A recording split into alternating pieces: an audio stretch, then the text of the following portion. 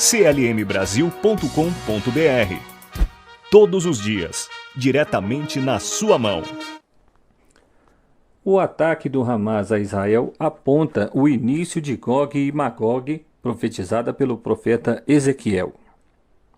Comandante da inteligência militar das FDIs, o Major-General Aaron Aliva, declarou publicamente recentemente na conferência de Herzliya realizada pela Universidade Heitzman que o Hezbollah e o seu chefe Hassan Nasrallah estavam perto de cometer um erro de cálculo perigoso. Dado o confronto mais ousado e cada vez mais direto com o Irã com Israel, tal erro de cálculo poderia ser a faísca que mergulharia Israel numa guerra aberta e total com o Império Neopersa do Irã em formação. Se o Irã agravar o conflito, Israel seria forçado a retaliar, levando a uma guerra potencialmente devastadora em grande escala. Com países como a Coreia do Norte e o Irã a construir armas nucleares e a guerra da Ucrânia a empurrar a Europa para a beira da Terceira Guerra Mundial, o ataque do Hamas a Israel ameaça ser a faísca que acende a profetizada guerra de Gog e Magog, que opõe as forças do bem contra as forças do mal, como um prelúdio para a era messiânica. Esta imagem ainda fica mais nítida depois que consideramos fontes judaicas que prevêem que o conflito do fim dos dias ocorrerá logo após o feriado de Sukkot. No dia 7 de outubro, militares de terroristas do Hamas infiltraram-se em Israel a partir de Gaza, assassinando mais de 1.300 israelitas e fazendo centenas de reféns naqueles que foi o dia mais horrível da história judaica desde o Holocausto. Os terroristas islâmicos inicialmente pretendiam que o ataque ocorresse em 6 de outubro, aniversário da desastrosa Guerra de Yom Kippur em 1973. Mas o Hamas atrasou o ataque por 2 dias, optando por atacar no Shabat, quando presumiram que as FTIs estariam menos preparadas, pois muitos dos soldados estariam de licenças, comemorando o feriado de Shinshat Torá com suas famílias. A Bíblia diz: 7 dias você trará ofertas queimadas a Hashem. No 8º dia você celebrará uma ocasião sagrada e trará uma oferta queimada a Hashem. É uma reunião solene. Não trabalheis em suas ocupações. Levítico 23, 36. É um feriado que vem depois de Sukkot. A conexão intrínseca entre o alegre feriado de Sukkot e a horrível batalha final de Gog e Magog, que precede a redenção final, foi descrita em um artigo do Dr. Rivkat Lambert Adler em 2015. A guerra apocalíptica de Gog e Magog, a guerra final que traz parte do processo messiânico, é mencionada em 2 lugares na Bíblia. No livro de Ezequiel, começando no capítulo 38, e no livro de Zacarias, começando no capítulo 12. Escreveu o Dr. Adler citando uma palestra proferida pelo popular orador rabino Yosef Mizrahi. O valor numérico do termo hebraico Gog ou Magog é 70, escreveu o Dr. Adler. Segundo Mizrahi, é uma alusão a 70 nações que compõem o mundo. Quando o templo sagrado estava em Jerusalém, 70 bois foram sacrificados durante a semana de Sukkot. Cada um destes 70 bois representava uma das 70 nações originais. Ele continuou explicando que no sábado, que cai durante a semana de Sukkot, a seção dos livros dos profetas que é lida nas sinagogas em todo o mundo vem do livro de Ezequiel 38, 18, 39 e 16. Esta passagem discute a guerra de Gog e Magog, que está prevista para ocorrer antes da redenção final do povo judeu. Na escatologia judaica, Gog e Magog são líderes que lideram uma confederação de inimigos que se levantam contra Israel. A guerra será devastadora, mas os exércitos de Gog e Magog acabarão por ser derrotados pelo rei de Israel, inaugurando a era messiânica. O rabino Pinchas Winston, um prolífico escritor no fim dos tempos, deixou claro que O mundo está polarizado como nunca antes em todas as questões, dividido essencialmente entre forças do bem e as forças do mal, disse o Rabino Winston. É isso que a guerra de Gog e Magog deveria fazer. Fazer com que as pessoas se identifiquem se são a favor de Deus ou contra Deus. É muito claro. O ataque do Hamas atingiu um nível de atrocidades que raramente vemos nos dias de hoje. Isso deixou uma escolha muito clara.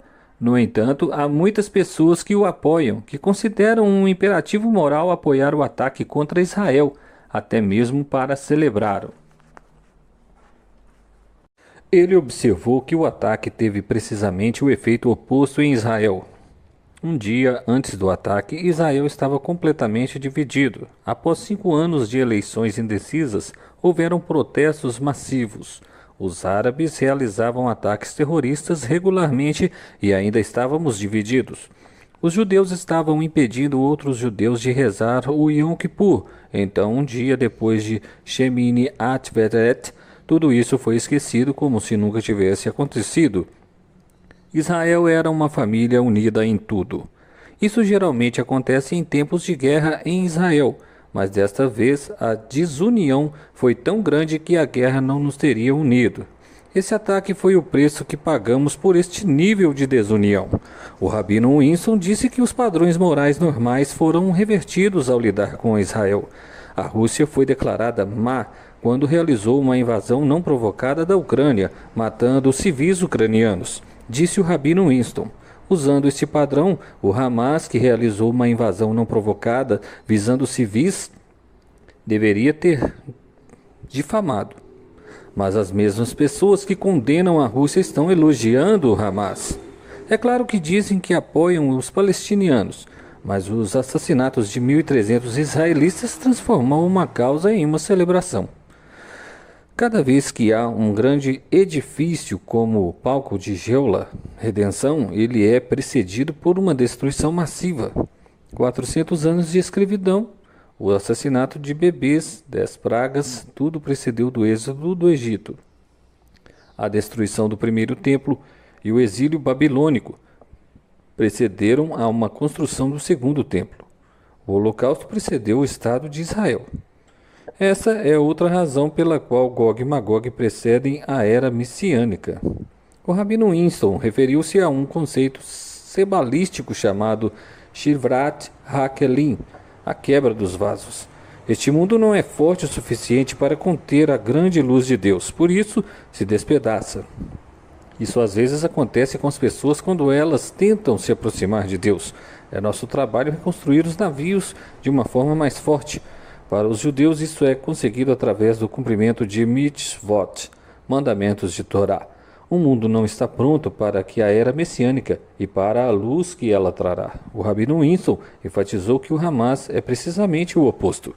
É claro que o Hamas não estava a lutar pela liberdade ou pelo fim de uma ocupação. Eles queriam mostrar ao mundo o que queriam ser, o que queriam fazer e o que adoravam. Eles queriam mostrar ao mundo os horrores que são e fazer com que o mundo celebrasse isso. E grande parte do mundo fez isso. O Rabino Winston disse que o mundo mudou desde que o ataque do Hamas. Pense no passado. A Primeira Guerra Mundial mudou tudo.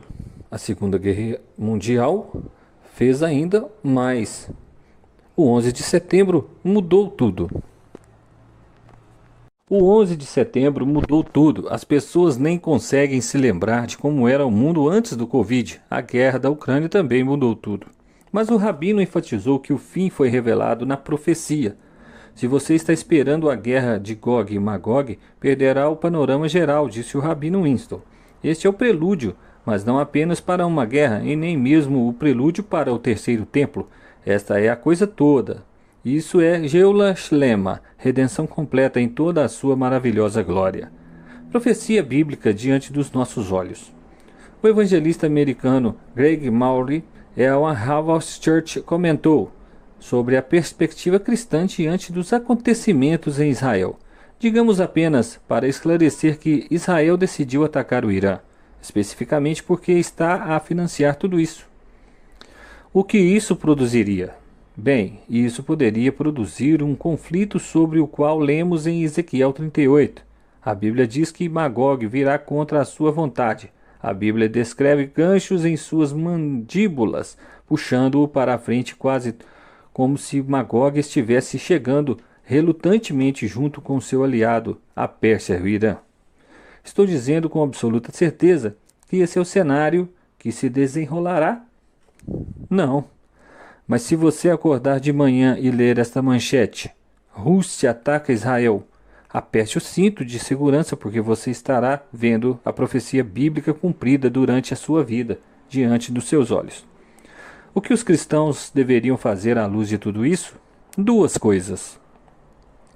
Jesus disse: agora, quando essas coisas começarem a acontecer, olhai para cima e erguei a cabeça, porque a vossa redenção se aproxima. Lucas 21, 28. É isso que precisamos fazer, aguardando o breve retorno de Jesus Cristo. Mas também precisamos orar. A Bíblia nos diz para orar pela paz de Jerusalém, Salmo 122, 6. Queremos rezar para que eles cheguem a algum tipo de paz. Queremos rezar para que esse terrível terrorismo pare e que eles consigam recuperar os seus reféns. E queremos mais informações, visite o portal do CLM Brasil, sua revista eletrônica das principais notícias do Brasil e do mundo. Se inscreva no canal do CLM Notícias, ative o sininho e compartilhe essa notícia em suas redes sociais.